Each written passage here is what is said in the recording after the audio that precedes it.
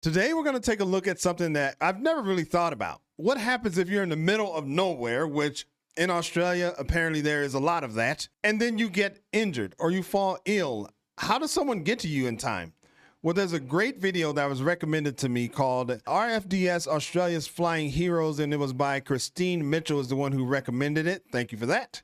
And the channel is Airways Magazine. So there's going to be a link down below so you can head on over and support that channel. I think this is super interesting. They're called heroes for a reason, flying heroes. All right, let's see what it's about. I don't know much other than what I just said. All right. So before we get going here, go ahead and like the video. That does really help the channel. Let's see what we can see. It's 6:30 p.m. A resident of the Kiwaruka community falls off a ladder and is knocked unconscious. Found by a friend, it's clear that the patient has received significant head trauma and needs to be evacuated to a hospital quickly. In the most remote part of the Australian outback, there are no hospitals for hundreds of miles.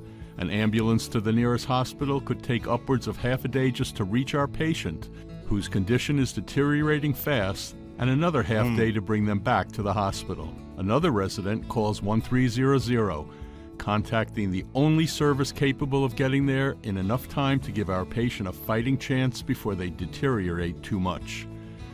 The call is received by dispatch at the Royal Flying Doctor Service in Alice Springs. Okay.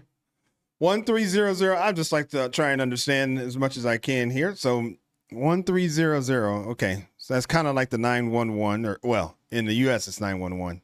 I don't know what it is in Australia.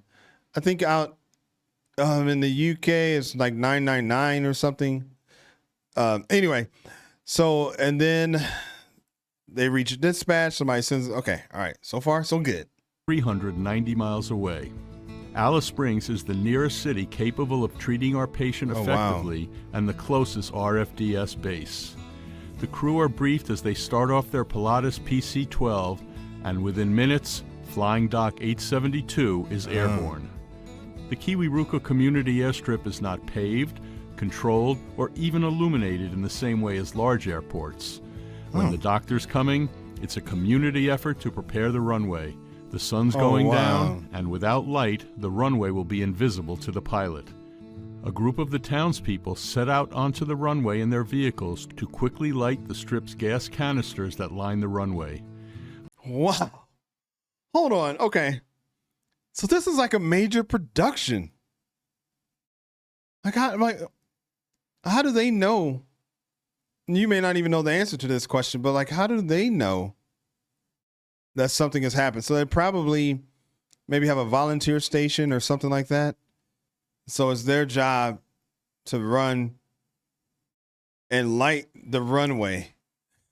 And then I was wondering how they get to where I'm sure they're going to tell us that. Probably sounds like one of these nice citizens takes them to where they need to go. Less than 45 minutes after takeoff, the Pilatus lands, carrying a pilot and a flight nurse who checks our patient's vital signs and evaluates their condition. They are placed onto a stretcher and lifted onto the plane. The doors are shut, the engine is started, and just like that, our patient is whisked away into the night sky. Stabilized on the flight, within the hour, our patient will be received at Alice Springs Hospital. For a journey that would take maybe more than a day by road, this whole ordeal is over in about 3 hours. What was described just now is what is dealt with day in, day out by Australia's Royal Flying Doctor Service, or RFDS. Got it. Okay. That's what RFDS means. Australia's Royal Flying Doctor Service. RFDS. Okay. Oh, and look, they're going to talk about the history. Founded on the 5th of May, 1928, the RFDS is the world's oldest air ambulance service, standing at 94 years old at the time of writing, 2022. Like most air ambulances, the RFDS is a charitable, non-profit organization relying on the donations of others to maintain their life-savings operations all across the Australian outback. An air ambulance service like the RFDS is truly essential in a country as sparsely populated as Australia, as there are countless towns, villages, and settlements hundreds of miles from the nearest hospital, and transportation by road is simply not practical when time is of the essence in a country so vast. The RFDS found its beginnings in the mind of the Reverend John Flynn in 1912. Okay. Posted to remote parts of the Australian state of Victoria, Flynn saw that people who felt ill and needed urgent medical attention would have to travel for tens or hundreds of miles for days on end, using a primitive road system in primitive vehicles. I don't know, man. To me, it's just so Tens or hundreds of amazing. miles for Like, days. look, that is just in the middle of nowhere. Like, there's, oh wait, as they say in Australian slang, that is in the middle of whoop whoop. No, that's whoop whoop. I don't know the exact way of saying it, but it's like in the middle of nowhere. Man, that's just unbelievable. I mean, it's awesome. It's unbelievable. On end, using a primitive road system in primitive vehicles, or a horse and cart, or even on camelback. What? This method of transport was not sterile. It was slow and allowed patients to die en route, provided that transport was even available at all. During the mid-1910s, Reverend Flynn initially set up hospitals in bush communities under the Australian Inland Mission. However, this still left patients out on ranches outside the sphere of any practical medical coverage. Flynn had previously written numerous pamphlets on the subject, one of which, A Call to the Church, left an impression on one John Clifford Peel, a medical student with an interest in aviation. Peel soon wrote to the Reverend regarding the possibility of using aircraft as a quick method of communication in rural areas, something which the two discussed greatly until Peel joined the Australian Flying Corps. Man, look at this. I think it's so hard to grasp how spread out that is. Because, I mean, I'm just picturing, like, the United States, since it's roughly the same size as the United States. I mean, some of these things, like, they look like the only city that would be in one state in the U.S. Like, this, like, not, obviously there's more cities than this, but, you know, I'm just saying how far out that is. Something which the two discussed greatly until Peel joined the Australian Flying Corps as a pilot in 1917 and was deployed to the Western Front in Europe. But the idea didn't die with Peel's departure from Australia. During his voyage, Peel continued to brainstorm the project. While on operation in September 1918, however, Peel crashed while on a reconnaissance flight over northeastern France, dying as a result. Despite this, the idea did not die with Peel. With aircraft at the time few and far between, Reverend Flynn initially used Peel's legacy of improved Outback communication with the support of innovative human/pedal-powered radio transmitters, transmitting Morse code, and the human voice later on as the technology improved throughout the 1920s. But the idea of a flying doctor service never left Reverend Flynn's mind. Throughout this time, the Reverend undertook countless fundraising activities with the aim of somehow procuring an aircraft.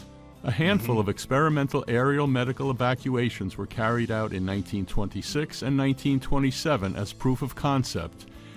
Okay, so Peel, I think his name was, died in 1918. So carried out in 1926 and 1920. So it took about 7 or 8 years for it to come into fruition. 7 as proof of concept. And in 1928, Reverend Flynn entered into an agreement with the Queensland and Northern Territory Aerial Services, or Qantas to you and I.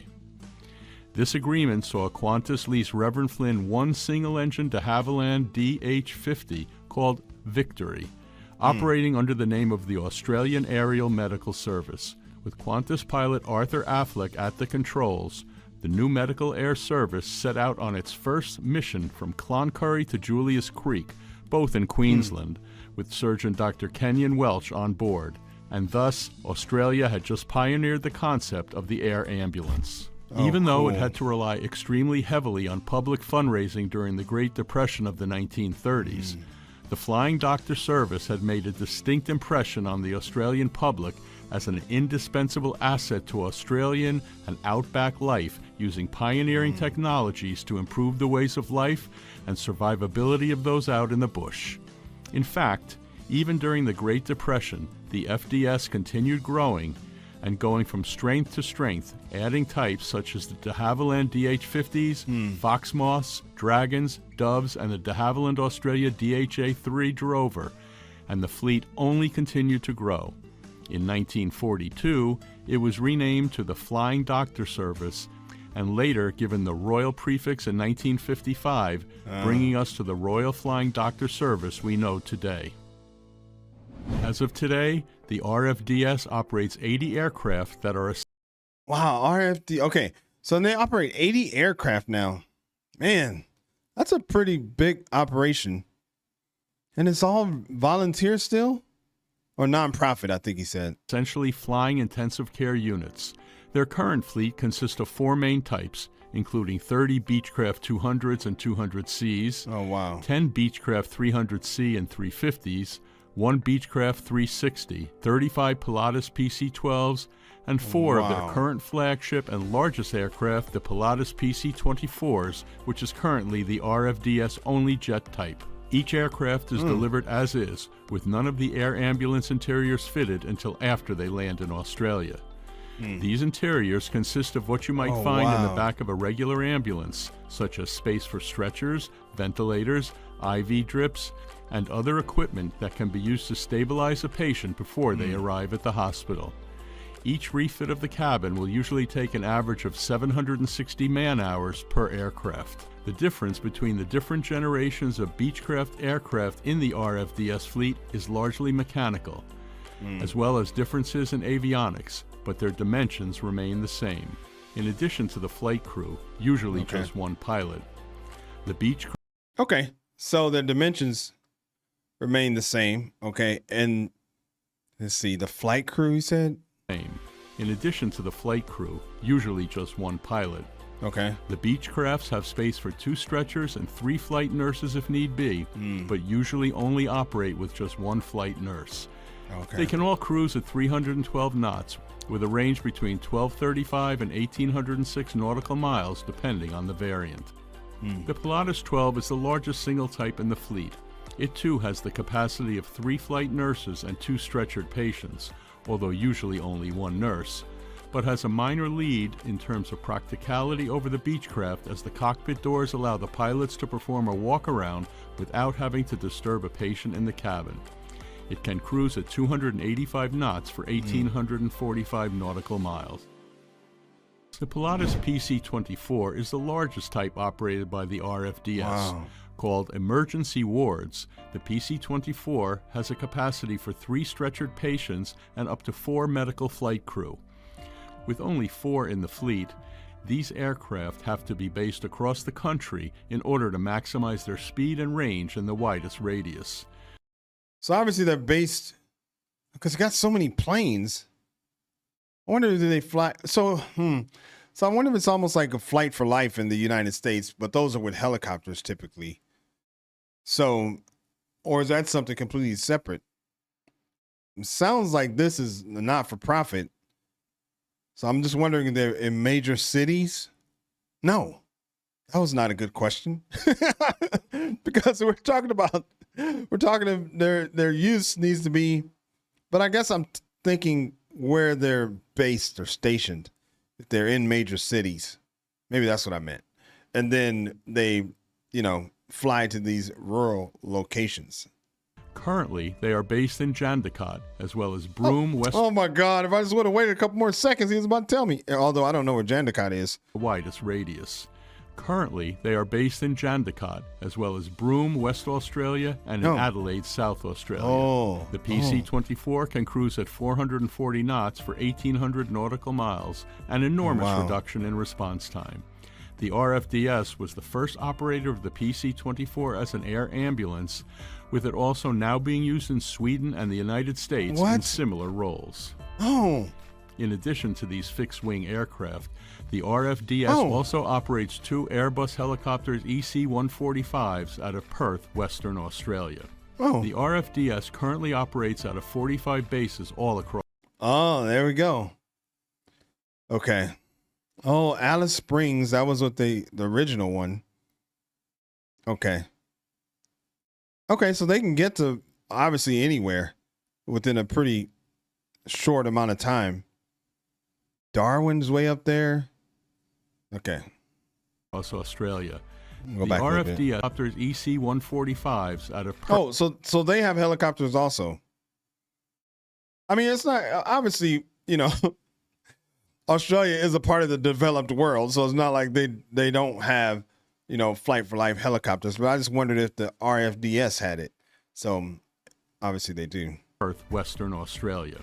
The RFDS currently operates out of 45 bases all across Australia. They are reflective of both the population centers of the Australian people and the availabilities of hospitals therein. As a result, many of their bases are located in the eastern end of the country. Their aircraft have some of the highest utilization of their class. For example, the average Pilatus PC-12 will gain only around 200 flight hours in comparison to the RFDS PC-12s, which accumulate an average of 1,600 per year. Oh, wow. That's roughly 4 hours, 25 minutes a day spent in the air just for this single type, which is testament to how vital a service they are and a testament to their commitment to the Australian people.